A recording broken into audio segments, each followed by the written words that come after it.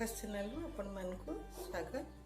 आज मु आपण मानक संगे गोटे पिठा रेसिपी शेयर करी। ओडिया घर पिठा सेटा माने बनैबा को जति सहज खाइबा को भी बहुत टेस्टी। आपण माने थरे बनैबे आ खाइबे देखिबे बहुत भल लागे। प्राय सब घर ओडिया घर सब स्त्री लोक मानकु ए पिठा आसे, तथापि मु आज आपण मानक संगे ए पिठाटा शेयर करी।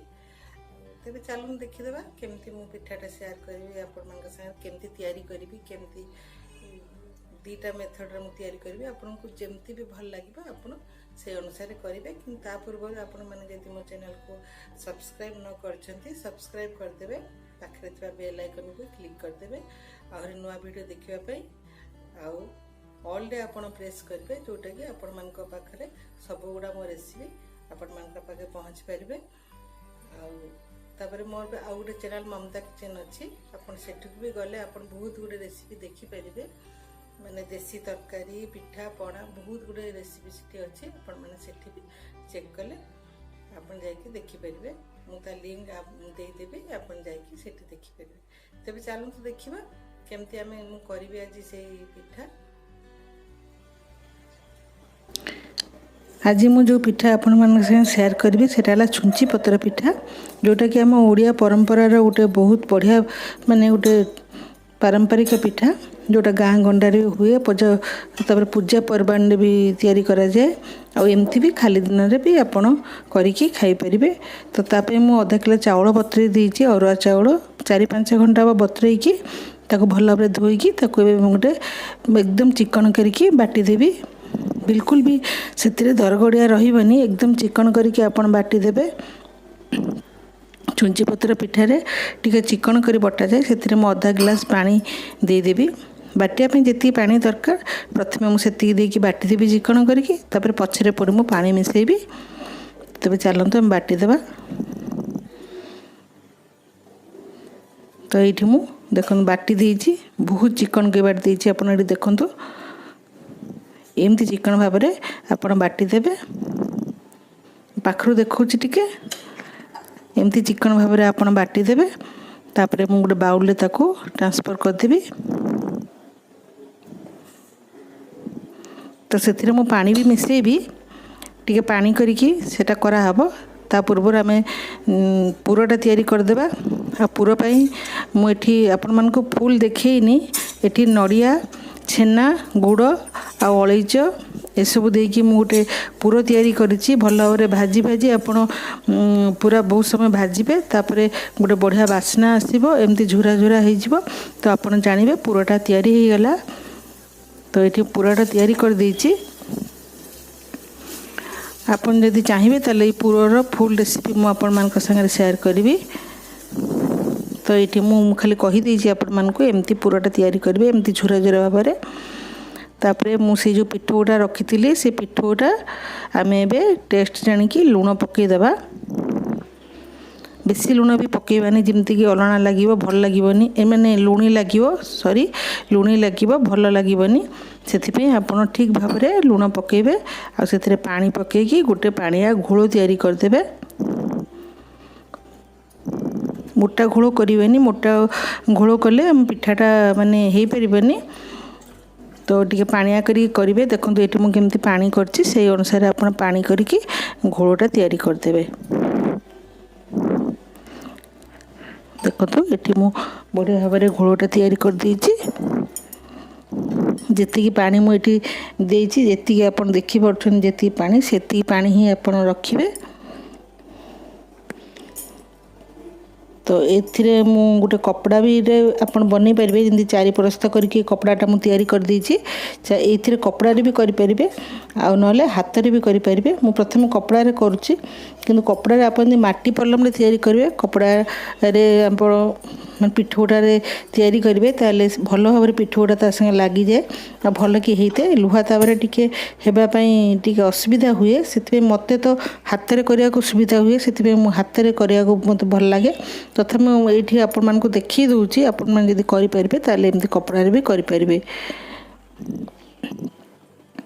प्रथम तेल रे ग्रीस कर देली, घी रे भी करि परिबे, ग्रीस करि परिबे।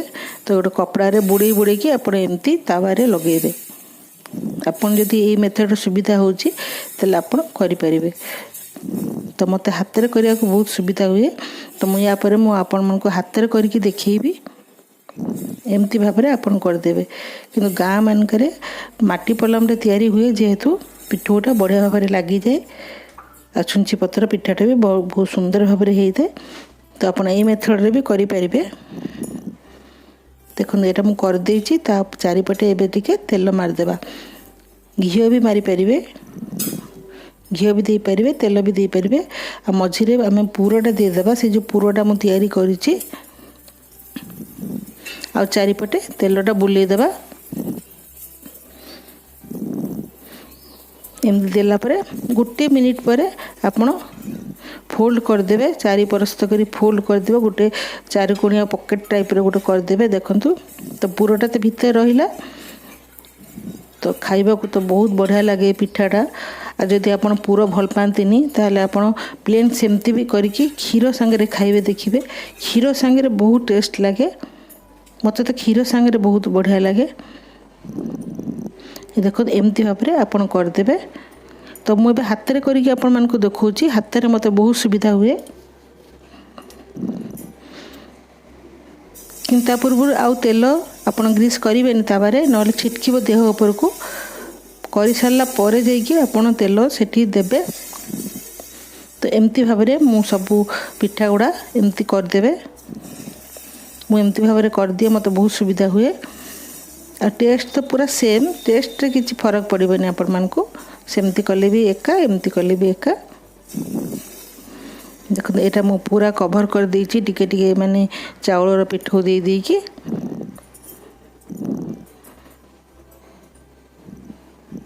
ତ 1 ମିନିଟ୍ ଟିକେ ତାକୁ ହେବାକୁ ଦେବା, ବେଶୀ ଟାଇମ୍ ଲାଗେନି, 1 ମିନିଟ୍ ଲାଗିବ। ତାପରେ ତେଲ ବୁଲେଇ ଦେବା, ତା ଭିତରେ ପୁଣି ପୁର ଆମେ ଦେଇଦେବା। ପୁର ଦେଲା ଭିତରେ ପିଠାଟା ଆମର ରେଡ଼ି ହେଇଯାଇଥାଏ। ତାପରେ ଆମେ ଫୋଲ୍ଡ କରିଦେବା। ଆପଣ ଏମିତି ବି ସକାଳେ ଖାଇପାରିବେ, ନହେଲେ ସନ୍ଧ୍ୟାରେ ଆପଣ ସ୍ନାକ୍ସ ଭାବରେ ଖାଇପାରିବେ, ନହେଲେ କୌଣସି ଭଲ ଦିନରେ ବି କରିପାରିବେ, ପୂଜା ପର୍ବାଣିରେ ବି କରିପାରିବେ। ଆମ ଓଡ଼ିଆମାନଙ୍କର ବହୁତ ମାନେ ଗୋଟେ ପାରମ୍ପରିକ ପିଠା ଏଇଟା। ଦେଖନ୍ତୁ ଏମିତି କରି ଫୋଲ୍ଡ କରିଦେବେ।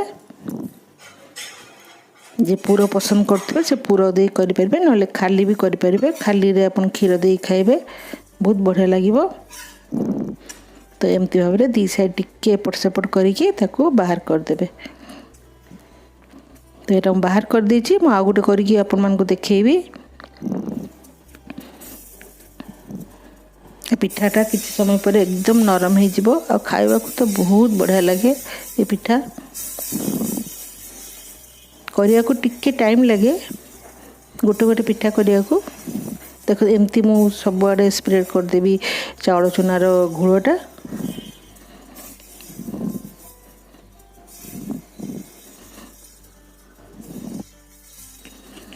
ଦେଖନ୍ତୁ ଏଇଠି ମୁଁ ଆଉ ଗୋଟେ ପିଠା ବି ତାୱାରେ ଦେଇଛି। ତ ଟିକେ ଆମେ ତା ଚାରିପଟେ ତେଲ ବୁଲେଇ ଦେବା। ତେଲ ବୁଲିଲା ପରେ ସେଥିରେ ଆମେ ପୁର ବି ଦେଇଦେବା।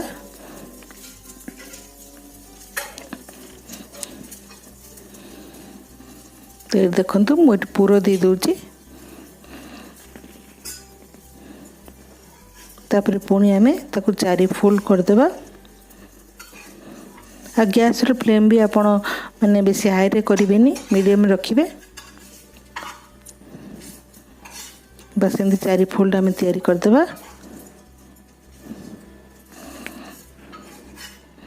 ଆଉ ଟିକେ ଏପଟ ସେପଟ କରିକି ତାକୁ ଆମେ ବାହାର କରିଦେବା। ତ ଚାଲନ୍ତୁ ଏବେ ସବୁ ପିଠା ଗୁଡ଼ା ମୁଁ ତିଆରି କରିଦେବି ଏମିତି ଭାବରେ। ଏଇଠି ଦେଖନ୍ତୁ ମୁଁ ସବୁ ପିଠା ଗୁଡ଼ା ତିଆରି କରିଦେଇଛି, ଆହୁରି ଅଛି, କିନ୍ତୁ ମୁଁ 10ଟା ଖଣ୍ଡେ ପିଠା ତିଆରି କରିଦେଇଛି। ଆଉ କେତେ ବଢ଼ିଆ ହେଇଛି, ଖାଇବାକୁ ବି ବହୁତ ଟେଷ୍ଟି ହେଇଥିବ। ଖାଲି ଚୂନାରେ ଆଉ ଚାଉଳ ଚୂନାରେ ଆଉ ପୁରରେ କେତେ ସୁନ୍ଦର ପିଠା ତିଆରି ହେଇଯାଇଛି। ଆପଣ ସକାଳେ ସନ୍ଧ୍ୟାରେ ସବୁବେଳେ ଖାଇପାରିବେ, मोर आशा आपण मानक निश्चित भाव में यही रेसिपीटी भल लगी आम ओडिया घर पारंपरिक पिठा। तो आपण मानक यदि रेसिपीटी भल लगिला आप निश्चित भाव लाइक शेयर कमेंट करेंगे भूलिबेनी। आपण अनुभव मो संगे निश्चित भाव में शेयर करेंगे कमेंट रे जनइबे। ताले मु रहुची धन्यवाद।